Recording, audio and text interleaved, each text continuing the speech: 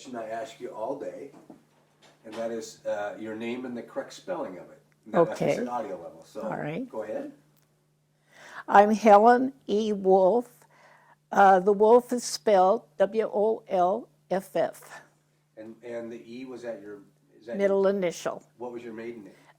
My maiden name was Hardell, H-A-R-D-E-L-L, And where and when were you born? in Zillah, Washington, Z-I-L-L-A-H. So Scylla, not Sela. Now where's Scylla? Zillah is about 50 miles south of Yakima. Okay. It's in the Yakima Valley. I was just over that way. I was over, went through Ellensburg and over to Walla Walla and Kennewick to do some interviews. And I'll be back over in Clay Ellen next week. So you grew up in Washington. Yes, I'm a native. There's a few of us still left. You, Not many. Not many. Californians are taking over. right. So did you grow up there, or did you leave from there? I grew up and went through high school at Zillah. Then I went to Washington State University. And after that, of course, the war came on about that time, you know. And we're thinking in the years of 1935 through the early 40s, of course. And I met this fellow that I thought was great. And of course, we couldn't get married because he couldn't get a job when he graduated. And it was a while before he got a job with Washington Water Power. But then in 1942, we decided that perhaps it would be the best thing for him to get into some type of war work. He was up for the draft, but the reason that he hadn't been called to the draft was because he had had a very serious operation when he was a child for a sinus condition. And being that he had graduated in electrical engineering, they felt that he was more helpful on the home front. So first we went to Boeing for a short while, and then he went from there to the Bangor project and worked there from 1942 to 1944, helping build the submarine base. Then in 1944, he was asked to come to Pacific Car and Foundry in Renton because they were building what is, you might say, tanks in quote, or artillery. And the Army was contracted to supply the guns. So they were putting the two together. And he was placed in charge of the military section there and was there for 36 years.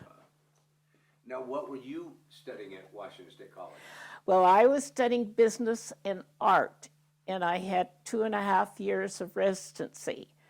So, of course, when we found that he would be staying here in this country, we were married in 1941, and I stayed on the home front and started raising the family. Now, did you get married before Pearl Harbor or after Pearl Harbor? Well, we got married in 1941, which was August the 3rd. That was just a little while before Pearl Harbor.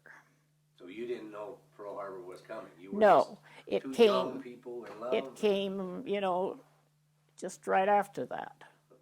Was it, do you remember as a little girl growing up what you wanted to be when you grew up? Well, I always liked artistic things. I always played with anything that was artistic or such as that. Of course, you know, in those days it was during the Depression, and we didn't have a lot of money, and you thought anything that was business would probably be the best thing.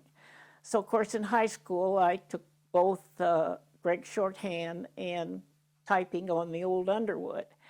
And thank goodness for those, because I was able to get myself through college using those. However, I didn't graduate, actually, until 1981. So, you know, you can always do it after a certain length of time. Did you, was it common for girls of your era to go to college? Not too common because their parents just didn't have the money to send them. Because you're talking about the years of 1935 and in there, and people just didn't have the money. What did your dad do? My dad was a farmer, and that's a good reason why he didn't have the money.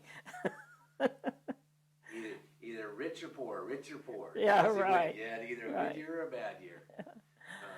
Well, he was a fruit farmer, and the fruit farmers never did do very prolific until later years.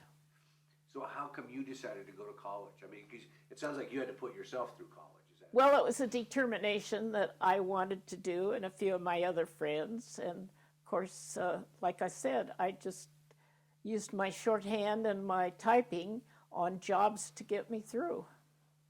Was it an open world for women at that time going into college? I mean, could you pretty much be whatever you wanted, or did you feel? Yes, I would say that. There were not nearly as many men there as there were women because of the war situation.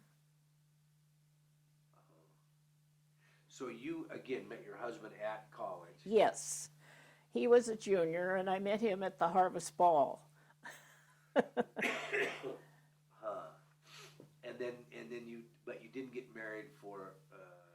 Well, I met him actually the fall of 1935 when I first went there. He was a junior at that time. But we didn't get married until 41 because, like everybody else, we were wondering what was going to happen. And so after we kind of got our own affairs settled, that's when we decided to get married. Which is interesting because, like you said, you're coming out, trying to find a job and everything like that. Yeah. You get married, Pearl Harbor gets bombed a couple of months later. Did that change your life at all?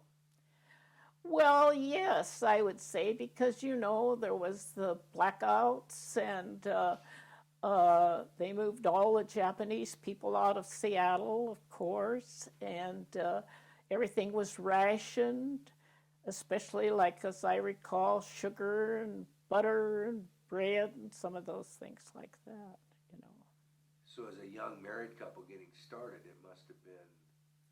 Well, it was kind of hard, but of course, when you're younger, you don't think about it. I think about that worse now than I would then. It is interesting how retrospect is. Yes. Hindsight's 20/20. Right. Yeah. So it's this young couple getting married. You're starting to build a family. Your husband's having to go away and do military. I mean, he's not in the military. He's doing civilian work for the military. Yes. And he had to travel a fair amount. Is that? Well, he didn't start traveling till after the war was over because, they didn't start changing around in their, the companies didn't start changing around in what they were doing. However, he continued with military work throughout his entire time working for Pacific Car and Foundry, and he did travel out of the country. They tested their vehicles up in Alaska for cold, and they tested their vehicles down at Yuma for the hot conditions and like that. And he had about 125 people working for him. When did you have your first child? 1943. So what was it like being a mother of that era? Today, many mothers are raising children, going to work. What was it like being a mother for you? I think I just felt more like staying at home and enjoying the child, and that's exactly what I did because I was living in a community where everybody was involved in war work of some type, and all the women were staying home raising the children. So we were basically thinking of things for the kids to do. Really. Which is interesting because, again, now history books, they want to, like you said, when you look back, they want to say, oh, well, did you know that you were repressed as a woman back then? Yes. So did you ever feel that way, or did... No, I never felt that way. I guess I felt happy. This is maybe a strange thing to say, but I felt happy that my husband was able to be on the home front instead of overseas. And I guess that my greatest interest was to make a home. Did you have, Because you talked about this close-knit community. Did you have other mother friends that their husbands were overseas? There were, I don't think any of these were overseas. They were basically all in war work in Seattle of some type. So Boeing's, the Yes. shipyards. Yes, PACCAR. Of course, it was Pacific Car and Foundry at that time. It's interesting because everybody talks about Boeing during the war, but they forget that there were people like PACCAR that Right. were building elements that were any of the women friends, the women that you were friends with, were there any of them Rosie the Riveters, or were there, it's more of their husbands were working? Trying to think. No, I don't believe I knew any Rosie Riveters. I think that all these women were basically staying at home with the children. What part, now, and you were living in Seattle at this time, right? Yes, What part of Seattle? up on Beacon Hill. What's and I know it's a long time ago, but what might be an average day for a mother of that era? What were things that you did as a mother? Well, he got up early in the morning because the little child would wake up early and you'd take care of them. My husband was gone, of course, there over to the Bangor Project for a while, and he was gone a good deal, like maybe 12 to 16 hours a day sometimes. And so it was basically just get the children together and they played. We didn't have preschools or anything like that to go to. And we just took the children different homes and they played there. So would it be the type of scenario where the children might play and the women may be? Just to visit and be friends. Because it wasn't like Bridge Club era or anything like that. No, we didn't. I don't think we played cards or anything like that. We just sort of looked after the children. Now, this would be a two-part question. That's the first part. Were you aware that the war was going on, or did life continue on? Oh, yes, because you kept wondering all the time, what is going to happen? You know, In Seattle. and how will this involve us eventually? You know. Did you have brothers?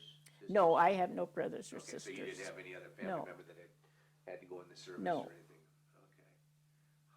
What was, in Seattle, did you ever have the fear of being bombed or anything like that? I mean, was that I don't think I did in those days. As I say again, when you're younger, you don't think of some of those things. I don't think I ever worried. Of course, we had blackout curtains, you know, and things like that. I know maybe we might have been afraid a few times when we kept hearing about a few things, you know. And I assume as time went by, that got to be less and less. Yes, yes. What, and things were still rationed, is that right? Oh, yes, yes. So raising a child, it must have been a challenge to. Well, of course, they're not supposed to have sugar anyway. So I guess that was okay, but my husband loves sugar. So you'd have to go use your ration Yes, stamps. and your gasoline and things like that, you know. Now, did a ration stamp say specifically what it was for, or you just needed so many stamps to get? You know, don't quite remember that. It's a long I wouldn't want to say because I might be wrong. It's as I said, it's an interesting era because when you read all the stuff out of the 60s and 70s, they're looking back, you know, the women's movement is starting now, and they're looking back and saying all these women were repressed. And I've heard both extremes. You were lucky because you were ahead of some of the people that their husband might have been in the military. I've talked to some that said, oh, I had to wait for my husband to get done, the war to get done, and finally we just wanted to start a family. You were fortunate that the war didn't delay that. Yes, we could that's what I said. Once he had gone through the draft board and they had made their decision, what they were going to do with him, then we knew what we could do, see. So that was helpful to us. Did you drive? Oh, yes. I've driven for many, many years. Was that because you grew up on a farm? That's because I grew up on a farm and my dad needed somebody to drive. Because I've heard that still in that era there was some families where the man drove and maybe the woman didn't drive. Is that accurate? No, well, I suppose maybe, but my mother and I both drove.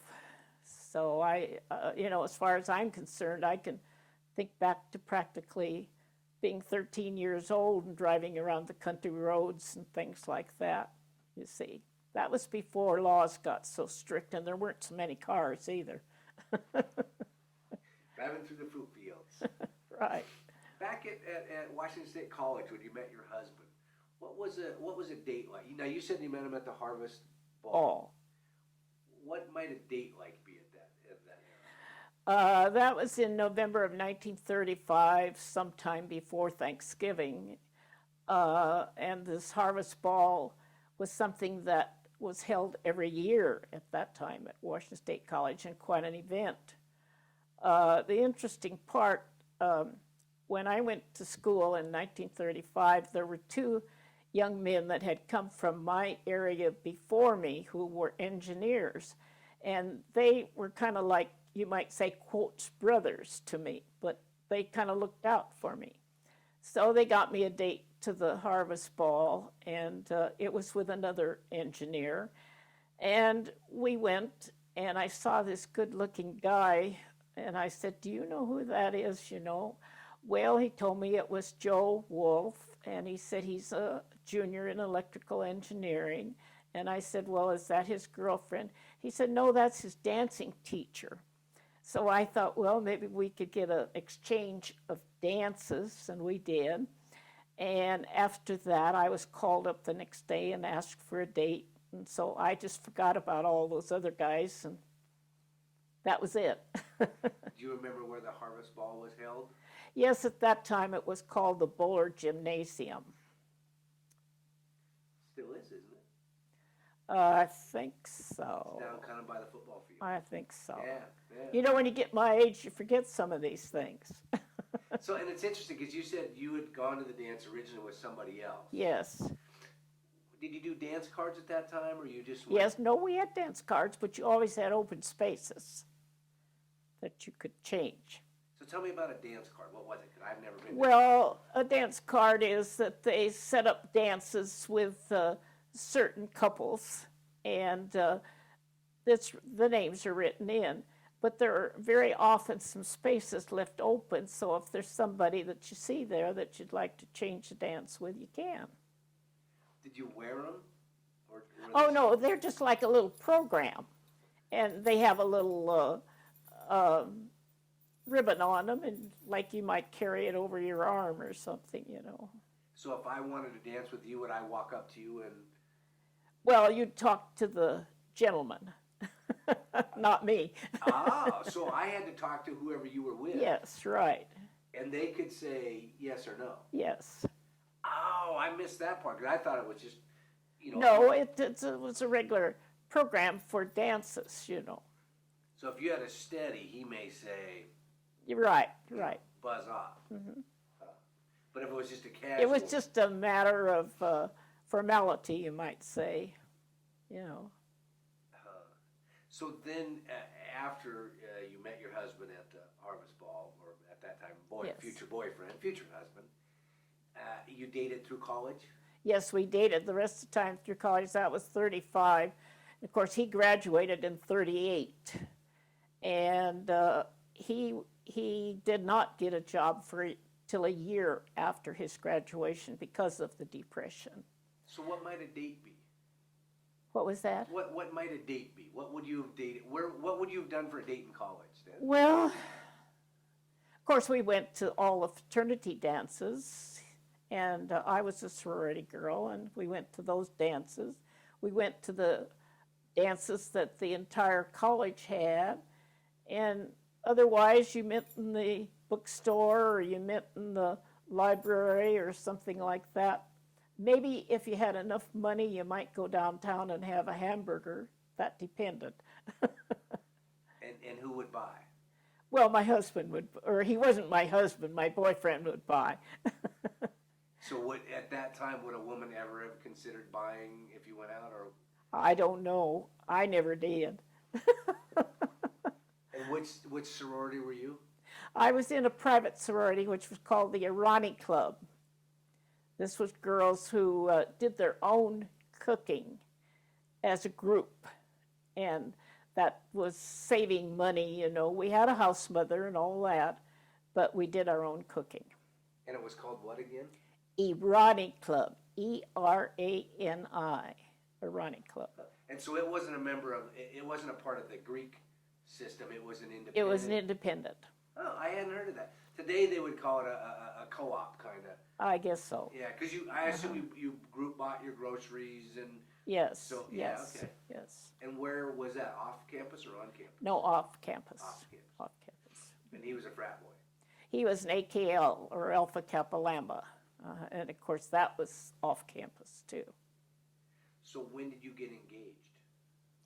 Well, we actually got engaged, what you call tying your pins, in February of 1938. But I didn't get a diamond until 1941, shortly before we were married. So tell me about tying your pins. What is that? Well, that's just a Greek thing that, you know, the sororities and fraternities have, that if you become engaged, your pins are united, and the fellow gives the girl his pin, and you wear both of them. The girl wears both of them. Oh, okay. Basically, that's saying you're taken. Yeah. So I could look, and if I saw two pins, I knew that I better either be bigger than the guy you're dating or leave you alone. Yeah, right. Was it an innocent time then? Was it what? Was it an innocent time? Well, in general. In general. I mean, you guys, when I was there, it was when the drinking age was still lower over in Idaho, so there was that 8-mile drive for people to go over drinking, and they'd party in Idaho and then drive back. Well, I think it was pretty much innocence, unless it was done privately, or, you know, there were always those things going on. Do you remember what a lot of the sorority women that were with you, what they were studying for? What was common there? A lot of them were studying home economics at that time. It was a very popular course at that time. So basically studying to be... That or business, either one. And for business, was that, at that point, were they studying secretarial or accounting? Or? Well, you might say most any type is basically secretarial and accounting as far as women were concerned. And home economics, was that preparing to be a wife, or was that preparing No, that was preparing to teach. Oh, okay. To teach. Because that's what I heard, that a lot of times that women were encouraged to teachers, nurses. Well, I would say that most any of the women who were taking home economics planned on teaching and did teach at that time. Now, did you work out of the house after you got married? Not till I had my second child. I had my second child in 1949. Then after that is when I started using my art, and I started teaching floral design. And I started, Japanese were coming back, and I started taking lessons in one of the schools. And after a certain many years, I taught both Oriental and contemporary flower design. Then after that, I went into interior design, and I worked for Sears for a while, and then I went to the Highline Community College and was in charge of their interior design department. Now, you said you studied with some of the Japanese Americans coming back. These were ones that had been... They had been in concentration camp, yes. Were you aware of that? Yes, I was, and that was an interesting thing because I held no grudge or anything like that. But I came to this young friend she was about my age, who was the instructor, and a very lovely woman. But a lot of people looked down at me at that particular time for about 10 years, you might say. After that, everybody wanted to be taught how to do Japanese flower design. They looked down at you because you had Yes. with the Japanese. Yes. Yeah. She and I were longtime friends. So were you aware that they'd been at the camps and kind of what they were, or is that only in retrospect that we? I really didn't know anything about the camps, only what they might tell me, I knew that they'd been at the camps, but I didn't know anything about what went on there. It's interesting because when people read history books, they assume that everybody knew everything. And it's just like today, you don't know everything that goes on. They didn't talk about it.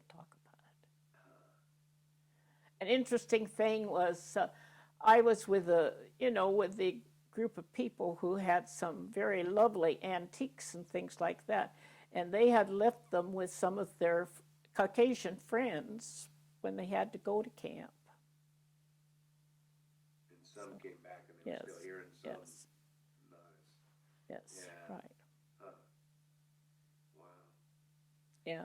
So, and then your husband's, where did he finally retire? Did he stay at PACCAR after? He was 36 years with PACCAR, head of the military section.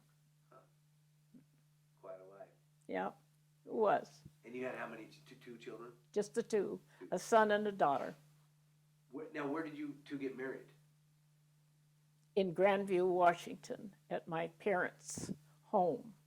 And I assume that's over. That's in Yakima Valley, too. Big wedding, little wedding? Oh, it was just a home wedding at that time.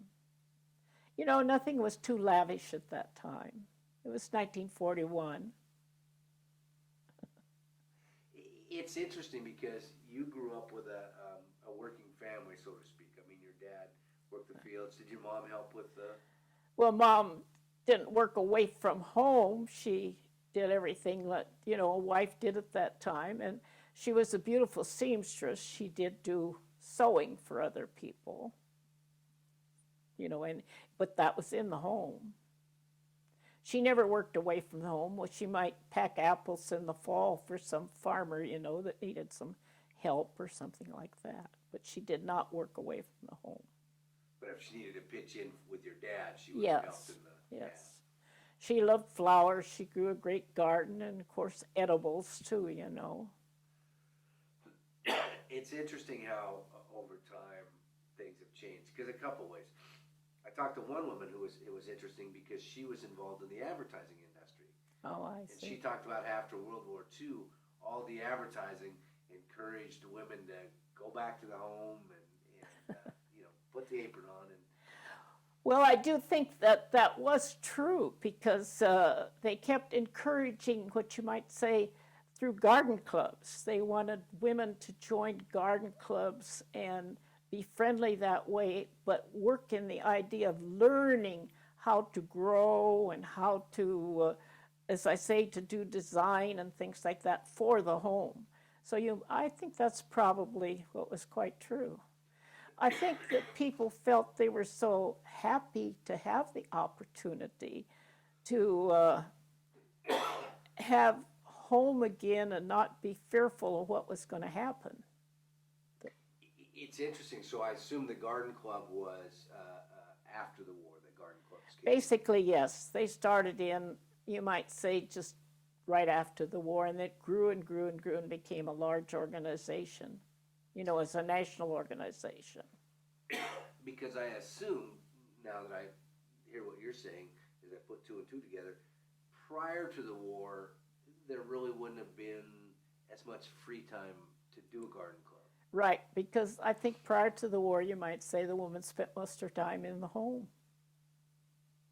And you're just coming out of the... Of course, I'm talking about having lived in a farming country as a young person because, you always had to get the meals at noon for the people who were farming, who were working for your farmer, and they would have dinner there. And so that's one reason that probably they were in the home most of the time.